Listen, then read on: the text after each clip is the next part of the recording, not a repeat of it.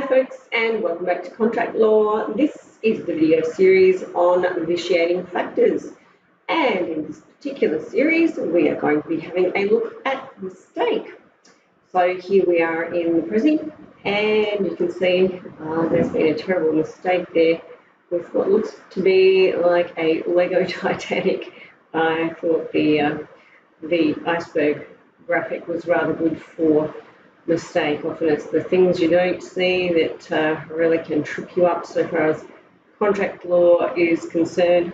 Now, let's have a little look at where we're going and what we're doing today. We are doing mistake today, and mistake really is the first of the vitiating factors that starts to explore for us certain concepts in equity. So we'll be looking a little bit at equity today. And we'll be looking at the three main forms of mistake, which is common mistake, mutual mistake, and unilateral mistake. So that is the plan.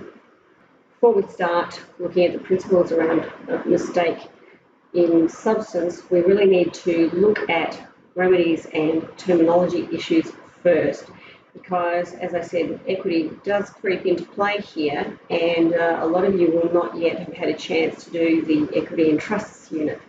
So what we're going to look at today is just a very 25-word or less overview of where equity is kind of coming from, so that you can get a little bit better understanding of equity and how it cuts across what we look at in contract law.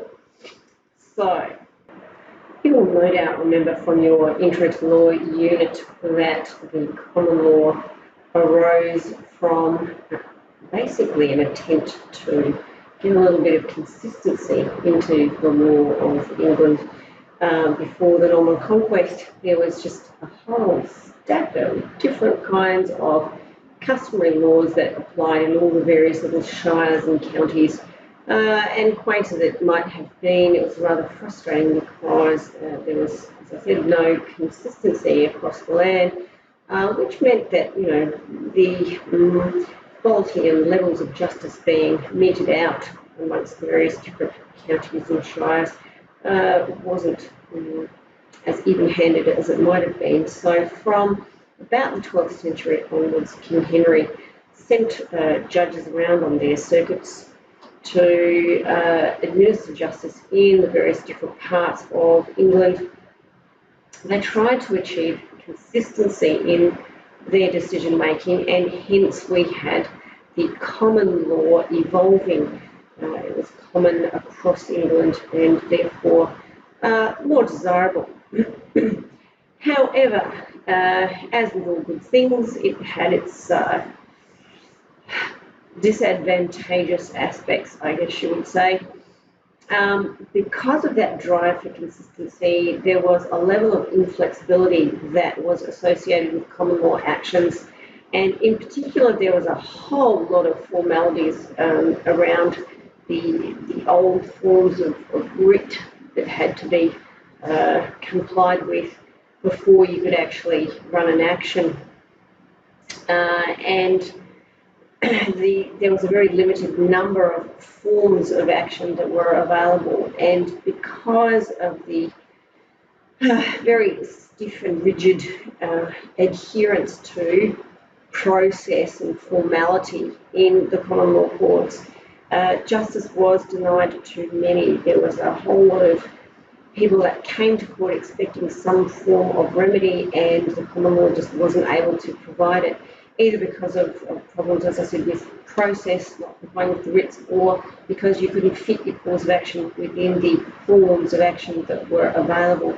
And so, therefore, we had people getting rather ticked off that they couldn't get a remedy and marching off to petition the king, who then, unsurprisingly, delegated the task to the Lord Chancellor.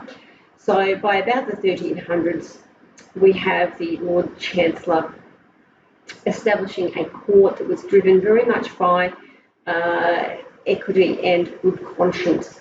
Particularly ideas of fairness were paramount in courts of equity. equitable maxims, you'll learn a lot more about those in the equity and trusts unit. But the maxims that guide the application of equitable principles, so far as we're concerned, the big ones are equity follows the common law, and one who comes to equity must come with clean hands, and that kind of goes hand in hand, no pun intended, with one who seeks equity must do equity. So you can see just from those little maxims or little mini principles there that equity is very much concerned with doing the right thing. Okay, you give things the smell test. If you can smell naughtiness in the wind there, then in all likelihood equity will come in and swoop the innocent party up to try and give them a remedy. Now, straight away, even just with that very unacceptable and patchy explanation of, the way that the courts of equity arose, you'll see that there's a natural tension between the principles that get applied at common law and the principles that get applied in equity, and there was a perception that the courts of equity were really starting to undercut the common law courts. And there was not a war of words, but I guess there was a war of words between those two venerable courts. And by 1873, we had Parliament stepping in to kind of blow the umpire's whistle, and the Judicature Acts established a single court that could administer both common law and equitable principles. And unsurprisingly, Australia transplanted that legislation over here, and we have a fused system of common law and equity here as well. That is not to say that the tension has completely dissipated between common law principles and equitable principles, and we'll see that in fact come out when we discuss the various different principles around common law mistake particularly. So that is an impossibly short and completely unacceptable summary there, but hopefully it might refresh your memory from Introduction to Law, and it'll be enough to go on with for our purposes in contract. Now here's just a little table of outcomes that I've drawn up for you.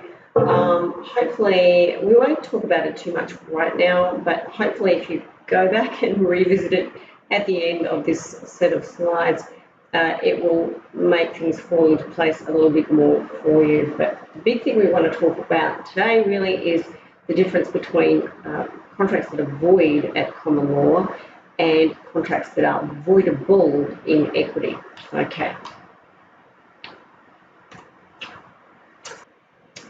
So when we're thinking about mistake as a legal concept, why have I got a block of Swiss cheese there? Because the default position will be like the actual Swiss cheese. The blanket answer when you run a case of mistake will usually be, sorry, we can't help you. Obviously, as you can see on the slide there, due to the need to protect the certainty and reliability of contracts, there's a policy view that you can't just back out of a contract by saying, whoops, my mistake. It would throw the whole fabric of contracting and commercial reliability out of kilter. So I kind of think of mistake as, just those few little holes that you get in the slice of Swiss cheese. Generally, the answer is going to be, no, sorry, you're stuck with the contract. But every now and again, there'll be a little hole drilled through that cheese and you might be successful. There have been a number of additional hurdles to running an argument of mistake, just apart from the general policy stance on these things. The first one is that traditionally it had to be an operative mistake, and that's where the court used to make the distinction between mistakes of fact and mistakes of law. And because everyone was assumed to be aware of what the law says, you couldn't actually back out of a contract for a mistake of law. That has largely been swept away by the David Securities case, and whether it's an argument of fact or law, it's really a dead issue now. So that's kind of by the by. Mistaken motive is a little bit more interesting, and you see why courts say that you can't just back out of a contract for a mistaken motive. What do I mean by mistaken motive? It's where, for example, as the court said in Bell and Lever Brothers, they gave an example of two people that were negotiating to buy and sell a horse, and the horse is just standing there, they're just negotiating.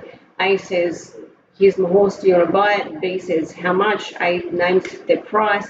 B says, yes, that's fine. And B goes to lead the horse away, and then he suddenly finds that, whether then or later, the horse is unsound. Okay, the horse's qualities didn't match up to expectations. Now, B would never have bought that horse from A if he had or she had known that the horse was unsound. But that soundness or otherwise of the horse is generally going to be seen as a quality that you had assumed.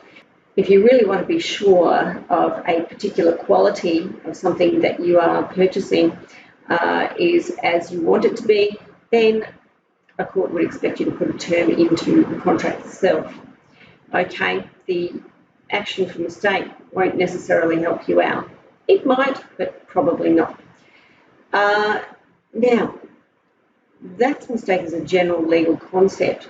When you're talking about mistake at common law, the argument ties in with the requirement for agreement, parties to be in agreement about the same subject matter.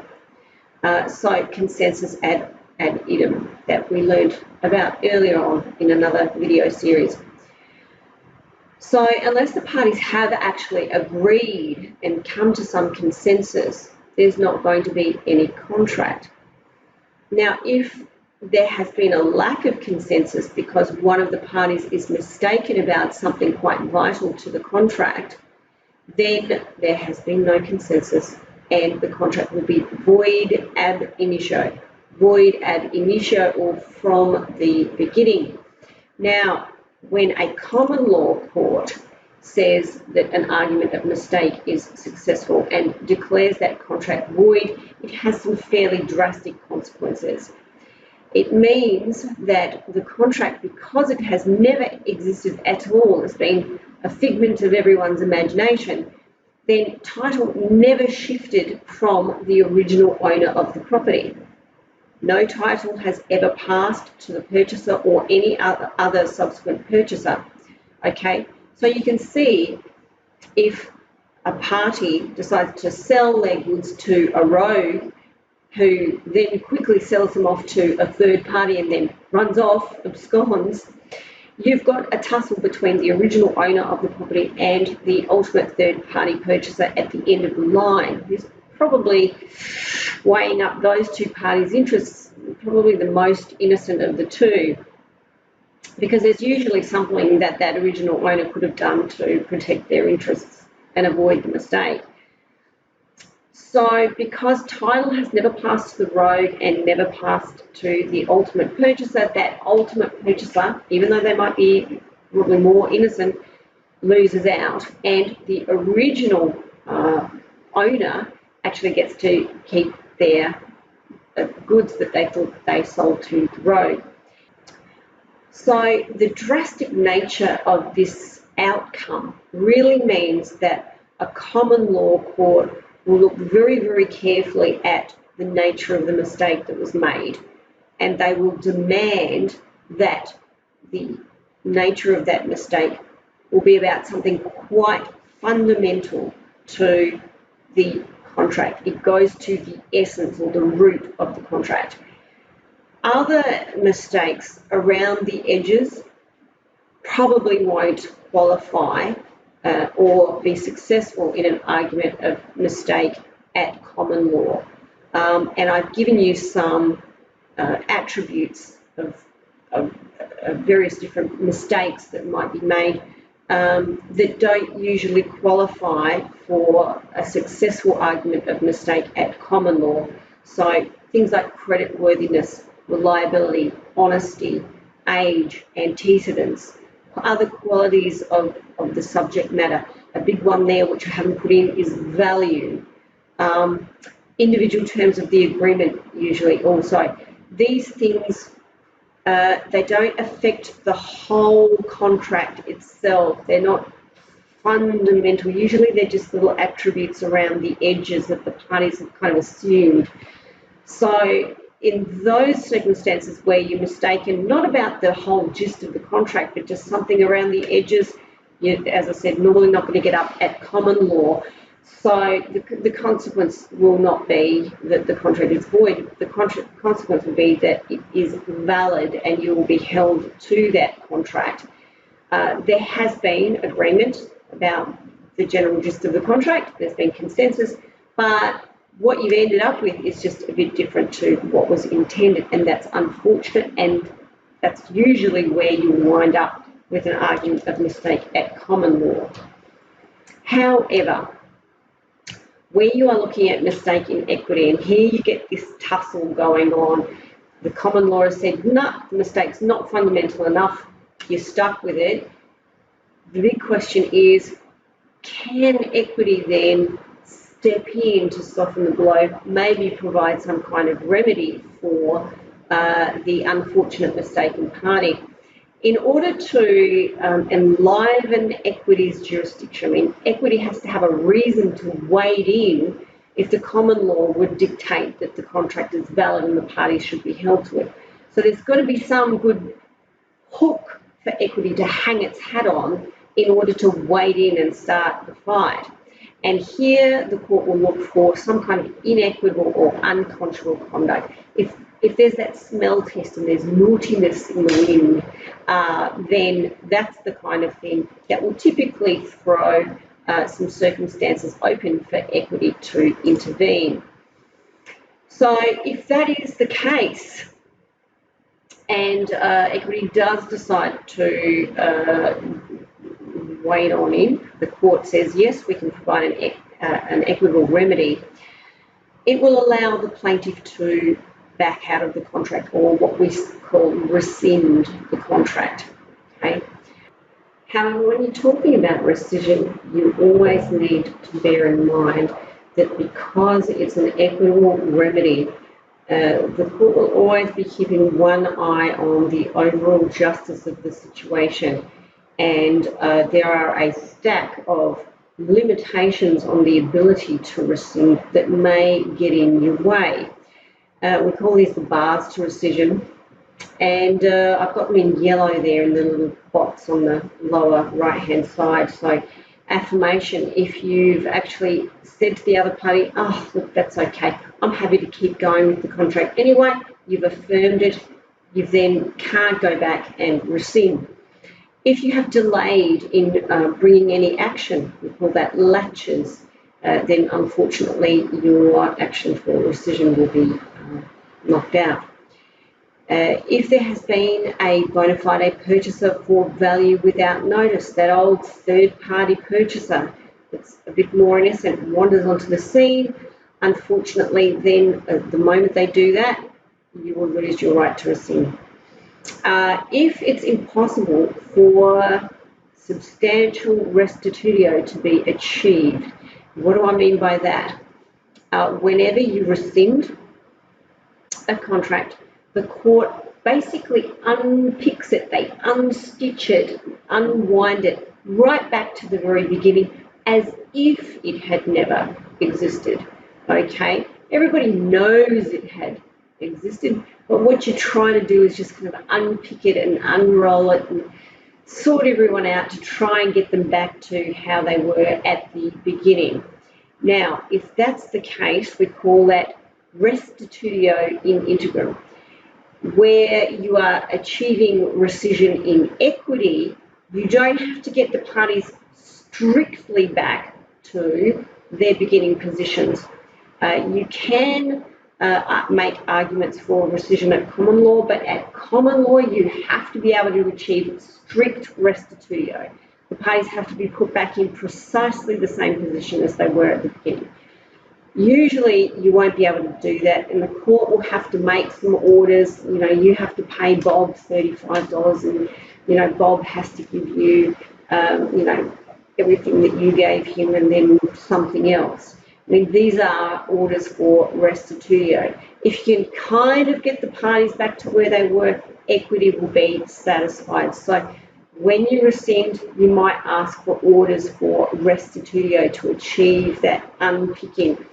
Other equitable remedies are rectification, where you put your hand up and you say, please, Madam Justice, can you whip out your blue pencil and can you rectify our contract for us? We didn't write it properly because even though we both wanted the same thing, we both came to an agreement on the same thing, the contract doesn't actually say what we thought it said. So can you rectify it, please? That's another big one. And the last one that's, I guess, of interest for us is where, you know, one of the party that's not mistaken then says, no, I actually want you to go ahead and perform this contract. They ask the court for an order for specific performance. You can then counterclaim for refusal of specific performance. So there's some of the ways that equity might rescue the situation for the poor old mistaken party. And that is the basis for mistake as a legal concept. I'm going to finish off the video here, and then in the next video, or videos, we will have a look at the three main types of mistake: common, mutual, and unilateral. So that's it for video 1, guys. Bye for now.